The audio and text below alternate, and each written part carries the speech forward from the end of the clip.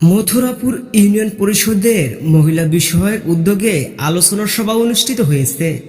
কুষ্টিয়া জেলা প্রতিনিধি সাজ্জাদ আলীর প্রতিবেদনে কুষ্টিয়ার দৌলতপুর উপজেলার মথুরাপুর ইউনিয়ন পরিষদ প্রাঙ্গণে মহিলা বিষয়ক উদ্যোগে এক আলোচনা সভা অনুষ্ঠিত হয়েছে। একই সঙ্গে মাসিক কার্ডধারীদের মাঝে চাল বিতরণ করা হয়।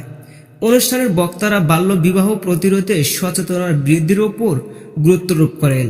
তারা বলেন 18 বছরের আগে কোনো মেয়ে বিয়ে দেওয়া উচিত নয় এবং এ বিষয়ে সবাইকে সচেতন থাকতে হবে।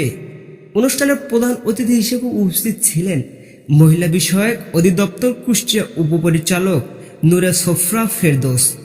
সভাপতিত্ব করেন দৌলতপুর উপজেলা মহিলা বিষয়ক কর্মকর্তা জান্নাতুল ফেরদৌস।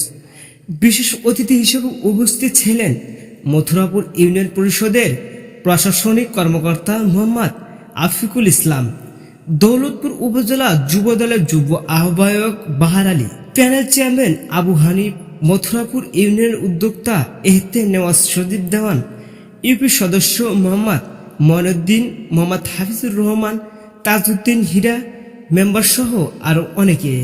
গণপ্রজাতন্ত্রী বাংলাদেশ সরকার অনুমোদিত এসডি এন্টারটেইনমেন্ট লিমিটেডের প্রতিষ্ঠান এসডি টেলিভিশনের স্টাফ রিপোর্টার, বিভাগ, জেলা, উপজেলা সংবাদদাতা এবং বিশ্বের সকল শহরের জন্য প্রবাসী প্রতিনিধি নিয়োগ চলছে। যোগাযোগ করুন আমাদের সাথে।